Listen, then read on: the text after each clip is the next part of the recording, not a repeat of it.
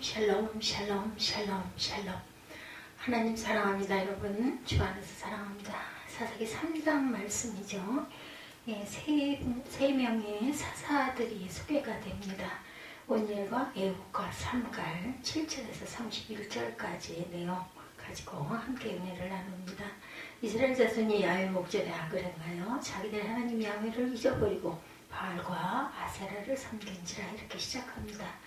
여호와께서 이스라엘에게 진노하사 그들을 메소포타미아 왕 구산의 리사다임의 손에 파셨으므로 이스라엘 자손이 구산 리사다임을 8년 동안 섬겼더니 이스라엘 자손들이 야훼께 부르짖으며 야훼께서 이스라엘 자손을 위하여 한 구원자를 세워 그들을 구원하게 하시니 그는 곧 갈렙의 아우 그나스의 아들 온닐이라. 온닐이 등장을 하죠. 야훼의 영이 그에게 임하셨으므로 그가 이스라엘의 사사가 되어 나가 싸울 때 야훼께서 메소포타미아 왕 구산 리사다임을 그의 손에 넘겨주심에 온니엘의 손이 구산 리사다임을 이기니라. 11절에 그 땅이 평온한 지 40년이 그나스의 아들 온니엘이 죽었더라. 40년 동안을 평안하게 지내다가 온니엘이 죽습니다. 그리고 에훗이 등장을 하죠. 12절부터 보면 이스라엘 자손이 또 야훼 목전에 악을 행하니라. 이스라엘 자손이 야훼 목전에서 악을 행함으로 여기서 모압 왕 에글론을 강성하게 하사 그들을 대적하게 하심에 에글론이 암몬과 아말렉 자손들을 모아가지고 와서 이스라엘을 쳐서 종로나무 성읍을 점령한지라. 이에 이스라엘 자손이 모압 왕 에글론을 18해 동안 섬기니라. 이스라엘 자손이 야훼께 부르짖으며 야훼께서 그들을 위하여 한 구원자를 세우셨으니 그는 베냐민 사람 게라의 아들 왼손잡이 에훗이라. 이스라엘 자손이 그를 통하여 모압 왕 에글론에게 공물을 바칠 때 에훗이 길이가 한 규빗 되는 좌우에 날성칼을 만들어 그의 오른쪽 허벅지에 옷 속에 차고 공물을 모압 왕 에글론에게 바쳤는데 에글론은 매우 비둔한 자였더라. 에훗이 공물 바치기를 마친 후에 공물을 메고 온 자들을 보내고 자기는 길갈 근처 돌 뜨는 곳으로부터 돌아와 이르되 왕이여 내가 은밀한 일을 왕에게 아뢰려 하나이다 하니 왕이 명령하여 조용히 하라매 모셔 선 자들이 다 물러간지라. 에훗이 그에게로 들어가니 왕은 서늘한 다락방에 홀로 앉아있는 중이라. 에훗이 이르되 내가 하나님의 명령을 받들어 왕에게 아뢰 일이 있나이다 하매 왕이 그의 좌석에서 일어나니 에훗이 왼손을 뻗쳐 그의 오른쪽 허벅지 위에서 칼을 빼어 왕의 몸을 찌르매 칼자루도 나를 따라 들어가 그 끝이 등 뒤까지 나갔고 그가 칼을 그의 몸에서 빼내지 아니하였으므로 기름이 칼날에 엉겼더라. 에훗이 현관에서 나와 다락문을 뒤에서 닫아 잠그니라. 에훗이 나가며 왕의 신하들이 들어와서 다락문이 잠겼음을 보고 이르되 왕이 분명히 서늘한 방에서 그의 발을 가리우신다 하고 그들이 오래 기다려도 왕이 다락문을 열지 아니하는지라. 열쇠를 가지고 열어본즉 그들의 군주가 이미 땅에 엎드러져 죽었더라. 그때 기다리는 동안에 에훗이 피하여 돌 뜨는 곳을 지나 세이라로 도망하니라. 그가 이르러 에브라임 산지에서 나팔을 불며 이스라엘 자손이 산지에서 그를 따라 내려오니 에훗이 앞서가며 그들에게 이르되 나를 따르라. 여호와께서 너희 원수들이 모압을 너희의 손에 넘겨주셨느니라 하매 우리가 에훗을 따라 내려가 모압 맞은편 요단강 나루를 장악하여 한 사람도 건너지 못하게 하였고 그때 모압 사람 약 10,000명을 죽였으니 모두 장사요 모두 용사라. 한 사람도 도망하지 못하였더라. 그날에 모압이 이스라엘 수하에 굴복하며 그 땅이 80년 동안 평온하였더라. 에훗 후에는 아나스의 아들 삼갈이 있어 소모는 막대기로 블레셋 사람 600명을 죽였고 그도 이스라엘을 구원하였더라. 이스라엘이 타락하여 바알을 섬기기 시작하자 하나님은 메소포타미아 왕 구산 리사다임에게 8년 동안 압박을 당하다가 결국 깨닫고 하나님께 부르짖으니 하나님은 첫 번째 사사를 보내셔서 이스라엘을 구원합니다. 첫 번째 사사가 바로 온니엘이었죠. 구산 리사다임과 온니엘 7절에서 14절까지의 내용이었습니다. 이스라엘을 팔아넘기신 하나님이죠. 8절에 야훼께서 이스라엘에게 진노하사 그들을 메소포타미아 왕 구산 리사다임의 손에 파셨으므로 이스라엘 자손이 구산 리사다임은 8년 동안 섬겼더니 여기 구산 리사다임은 이름이 아니죠. 2배나 더 악한 구산 사람이란 뜻을 가지고 있습니다. 구산 왕이가 얼마나 혹독하게 시달렸는지 이스라엘 백성들이 치를 떨며 붙인 별명이 구산 리사다임 2배나 더 악한 사람이다 뜻이라는 거예요. 여기서 파셨다는 단어는 노예를 팔거나 땅을 팔 때 쓴 단어와 똑같은 단어입니다. 아니 하나님이 자기 백성을 이방 사람들에게 백성들에게 팔아넘기셨다니 그럴 수가 있는가. 옛날에 지독하게 가난하면 자기 자식을 종으로 팔아넘기기도 했다 그러죠. 근데 하나님은 이 세상의 주인이신 하나님이 무엇이 부족해서 자기 백성들을 팔아넘기셨겠나. 이것은 하나님이 자기 백성을 당연히 챙기고 보호해야 마땅한데 이제 그 역할을 포기했다라는 말입니다. 마치 과거 자기 자식을 팔아넘기면 부모는 자기 자식에게 아무런 권한이 없는 것과 마찬가지인 것처럼 이스라엘 백성들이 우상을 섬긴 것은 하나님에게 보호자의 역할을 포기하라는 것과 마찬가지라는 거죠. 그래야 하나님은 이스라엘 백성들을 남의 자식처럼 그냥 내버려 둡니다. 그래서 이스라엘 백성들이 하나님을 잊어버리고 바알과 아세라를 섬긴 결과는 하나님의 무관심과 불간섭으로 나타났고 그 결과 그들은 부산 리사다임이라는 오랑캐의 약탈과 고통만 당하고 말죠. 그렇게 고통을 당하자 그때 비로소 하나님께 부르시죠. 구원을 요청합니다. 그래서 하나님은 자기 백성의 눈물의 기도에는 약하신 분이셔서 그 기도를 기다렸다는 데 구원자를 보내주셔서 자기 백성을 구원하시죠. 첫 번째 사사를 보내주셨는데 바로 온니엘이었다. 온니엘은 어떤 인물이에요? 갈렙의 그나스의 아들 온니엘이라 9절 이하에 나타나죠. 갈렙은 여호수아와 함께 가나안을 정복한 영웅이었습니다. 민수기를 보면 12명의 경탄부들이 갔다 돌아온 다음에 여호수아와 함께 긍정적인 보고를 했던 사람이 바로 갈렙이죠. 그렇게 믿음으로 살았기에 다른 사람들은 광야에서 죽었으나 여호수아와 갈렙은 가나안 땅에 들어가도록 하나님이 허락하십니다. 갈렙은 나이 85살에 헤브론 산지를 정복하기 위해 전쟁터에 당당히 나섰던 인물이기도 하죠. 비록 늙었으나 젊었지 못지않은 믿음과 담대함으로 헤브론을 정복하였던 갈렙이 여호수아 14장에 증거합니다. 그 갈렙의 조카가 바로 온니엘입니다. 그 온니엘은 당대 최고 명문 가문의 출신이었다.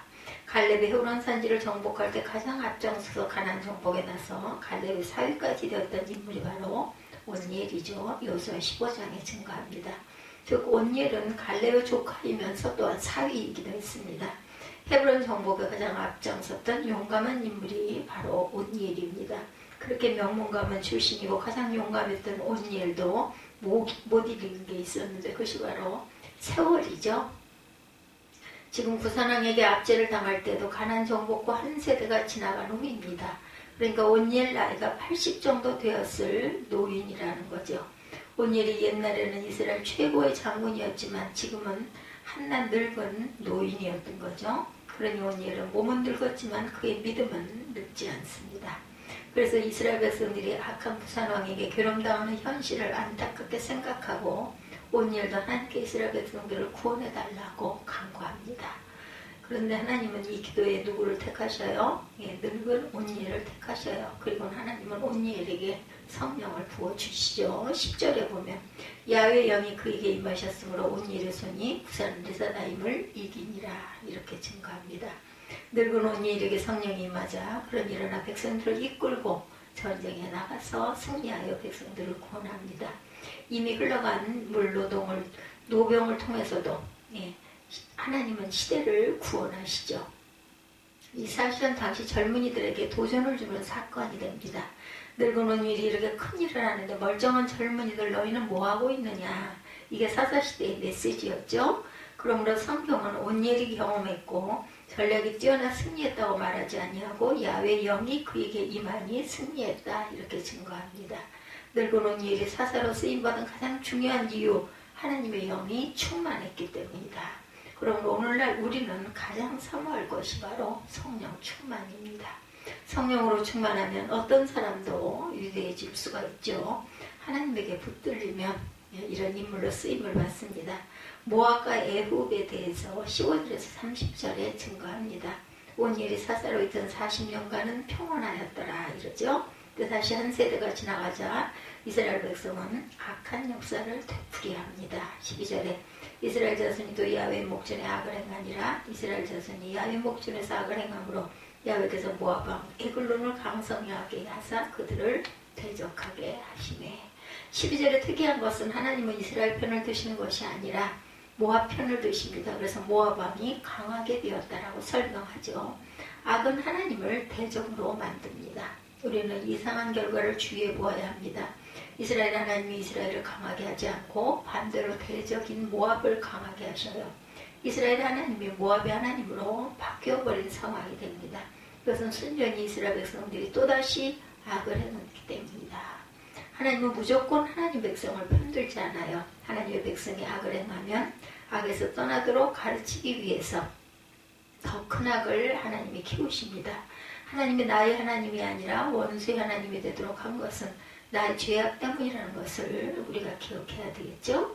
40년의 태평생들을 그냥 낭비한 결과가 되죠. 왜 이스라엘 백성들이 악을 행했나? 이스라엘은 40년 온니엘 지도하에 태평성대를 지나는 동안 영적 건망 중에 다시 도전을 합니다. 이스라엘은 40년 태평성대 기간 동안 후세대를 믿음으로 잘 교육시키는 것을 소홀히 하고 자기들만 잘 먹고 잘 살기 때문에 후세대는 이 세상의 악을 쫓아간 것이죠. 영적 건망증이 도저히 일어났다는 거예요. 영적 건망증. 도전이 아니라 다시 도졌다. 병이 도졌다라고 이렇게 얘기하죠. 고난만 시험이 아닙니다. 평안함도 시험이 될 수 있다는 것. 병든 것만 시험이 아니고 건강함도 시험입니다. 이스라엘이 한 세대 후에 다시 악을 행한 것은 40년 태평세월을 온전히 보내지 않았다는 것을 말하죠.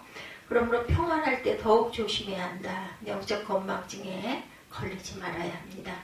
여리고성이 이스라엘 식민지 본보가 되고 말죠. 하나님이 택한 이방인은 모압 왕 에글론이었습니다. 에글론은 암몬과 아말렉까지 동원하여 연합군을 만들어서 이스라엘을 침략했는데 이스라엘의 종려나무 성읍을 점령하죠. 13절에 에글론이 암몬과 아말렉 자손들을 모아가지고 와서 이스라엘을 쳐서 종려나무 성읍을 점령한지라 이렇게 증거합니다. 이것도 역시 하나님의 역설이에요. 이스라엘의 악을 행하니 하나님이 오히려 대적이 된 것이 첫 번째 역설이라면 이건 두 번째 역설입니다. 종려나무 성읍은 여리고성을 말하죠. 이스라엘 백성이 여호수아 장군을 중심으로 하나님 말씀에 순종할 때는 가나안 땅을 쉽게 점령해요. 그 대표적인 성이 바로 여리고성이었죠. 여리고성을 정복하는데 이스라엘 백성들은 돌이나 활을 한 방도 쏘지 않죠. 그냥 하나님 말씀에 따라 여리고성을 하루에 한 번씩 돌았어요. 그죠? 그리고 마지막에 7바퀴를 돌고 함성을 지르자 여리고성이 무너졌다 이렇게 증거합니다. 이스라엘 백성이 함성이 폭탄보다 더 큰 위력을 발휘한 것이죠. 그래서 여리고성은 하나님이 이스라엘과 함께 하셔서 승리했다는 상징적인 도시가 됩니다. 그런데 하나님이 떠나니 여리고성이 이방인에게 정복을 당하고 말죠. 그래서 여리고성이 이제는 모압 왕의 왕궁이 되어서 이스라엘을 지배하는 식민지 본부가 되어버립니다. 그리고 또한 구원자 에훗이 등장하죠. 그래서 모압 왕의 압제 때문에 이스라엘 백성은 18년 동안 고통을 당하게 되었고 결국 이스라엘 백성들은 다시 구원해달라고 하나님께 또 반복해서 부르짖습니다. 그 부르짖음에 또 마음 약한 하나님은 구원자를 보내시는데 바로 왼손잡이 에훗이라고 말하죠. 15절에 이스라엘 자손이 야훼께 부르짖음에 야훼께서 그들을 위하여 한 구원자를 세우셨으니 그는 곧 베냐민 사람 게라의 아들 왼손잡이 에훗이라. 베냐민 지파 왼손잡이 에훗이라고 15절에 소개합니다. 성경에 왼손잡이라고 소개했으나 원문은 오른손을 쓰지 못하는 사람이라는 뜻입니다. 또 베냐민이라는 뜻이 오른손의 아들이라는 뜻이기도 해요. 오른손을 잘 쓰는 베냐민 지파에서 오른손을 쓰지 못하는 에훗이다. 장애인 에훗입니다. 당시 장애인은 노예로도 팔릴 수가 없었고 하나님의 일을 하는 쓰임을 받을 수도 없는 사람이에요. 그래서 에훗은 조공을 바치는 치욕스러운 일을 맡게 됩니다. 한마디로 에훗은 명문 가문 출신도 아니고 베냐민 지파에서도 별 볼 일 없는 약한 사람이라는 거죠. 오른손을 잘 쓰지 못하는 장애인 에훗이 하나님에게 쓰임을 받아서 이스라엘을 구하는 놀라운 일을 행합니다. 이것은 힘 있는 사람만 쓸 것이라는 세상 사람들의 고정관념을 깨뜨려버리고 하나님의 특별한 그러한 그 사람을 사용하시는 방법입니다. 누구나 나도 하나님께 쓰임받을 수 있겠구나 라는 생각을 하기를 바랐는데 정작 하나님께 쓰임받는 사람들이 드문 것이 사사기의 특징이기도 합니다. 에훗은 어떻게 이스라엘을 구원했을까요? 자신의 약점을 최대한 강점으로 이용할 줄 아는 사람이었죠. 또한 용감했습니다. 에웃은 오른손을 쓰지 못하는 장애인이었음에도 불구하고 백성들의 세금을 모아 그 비대한 왕 에글론에게 바치는 그 일을 하게 됩니다. 에웃이 이스라엘 사람들에게는 만만하게 보여서 그런 수치스러운 일을 시킨 것이죠. 한편 에글론 왕 입장에서 보면 오른손도 잘 쓰지 못하는 왜소한 몸집의 장애인이 공물을 들고 왕궁에 들락날락하니 별로 경계하지 않아도 될 인물이었어요. 에웃은 자신이 이스라엘 백성들의 세금을 모아 에글론 왕에게 바치는 그 일이 싫고 수치스러웠습니다. 마치 일제강점기 친일파와 같은 처지였던 것이죠. 그러나 에웃은 거꾸로 생각합니다. 나야말로 이스라엘 사람 중에 에글론 왕에게 가장 가까이 접근할 수 있는 사람이다. 좌우간 자신은 장애인이 자기가 칼을 숨기고 왕에게 접근할지라도 경호 부대가 몸수색도 철저히 하지 않을 것을 경험으로 알고 있었던 것이죠. 그래서 에웃은 결심합니다. 사나이가 한 번 죽지 두 번 죽냐. 내가 뚱땡이 왕 에글론을 암살하고 이스라엘 민족을 구원하겠다. 이런 각오를 하죠. 그렇게 결심하고 칼을 오른쪽 허벅지에 숨기고 왕궁에 가서 공물을 바치는 일을 하는 자는 하지만 왕과 독대를 신청하는 것은 용기가 없어서 참아하지 못하고 돌아서 나옵니다. 돌아가다가 길가에서 다시 결심하려고 되돌아가서 에글론 왕에게 은밀히 드릴 말씀이 있다며 독대를 신청하죠.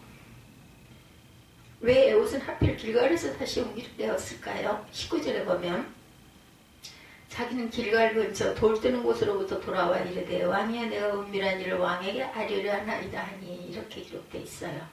여리고 근처 길갈은 여호수아가 이스라엘 백성을 이끌고 요단강을 기적적으로 건넌 곳입니다. 그 역사적인 장소에 무엇이 있었어요? 우상이 있었던 것이죠. 19절에 보면 돌 뜨는 곳이라는 원문 그대로 해석하면 새겨진 우상들이라는 뜻이에요.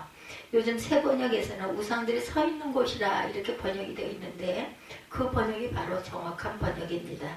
그래서 이렇게 짐작할 수가 있어요. 혼자 왕을 암살하겠다 에웃은 결심했지만 공물 바치는 자리에서 차마 용기가 안 생겨서 망설이다가 그 일을 하지 못하고 돌아갑니다. 그런데 돌아가는 길에 길가를 지나다 보니 요단강을 기적적으로 건넌 그 자리에 모압의 우상들이 줄줄이 서 있는 것을 보고 분노가 일어난 거죠. 하나님이 역사하신 자리에 우상이 서 있다니 이 우상들을 내가 치워버리리라. 그래서 그는 의로운 분노로 다시 용기를 내서 되돌아가서 모압 왕에게 독대를 청하게 된 거죠. 이렇게 용기를 낸 에웃을 하나님은 그냥 두시지 않고 도와주십니다.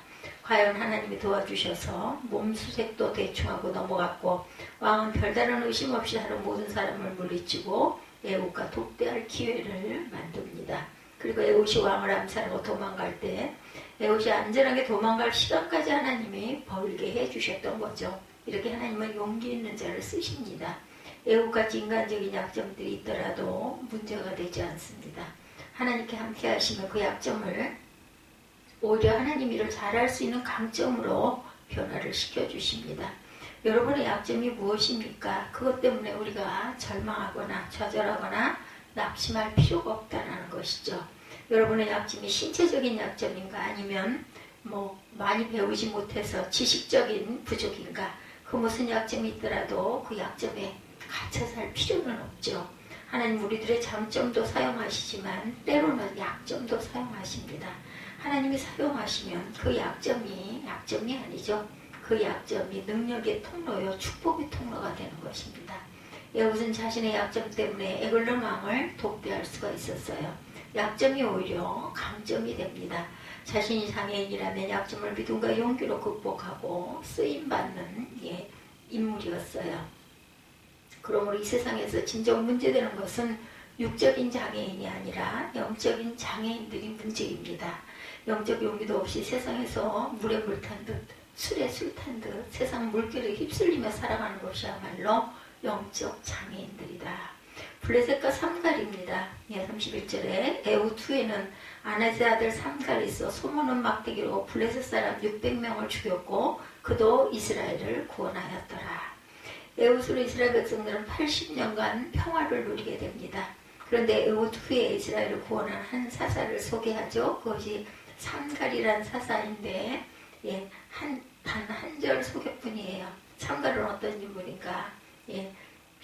그 비이스라엘 사람인 것으로 추측이 되죠. 삼갈은 이스라엘 사람이 아니에요.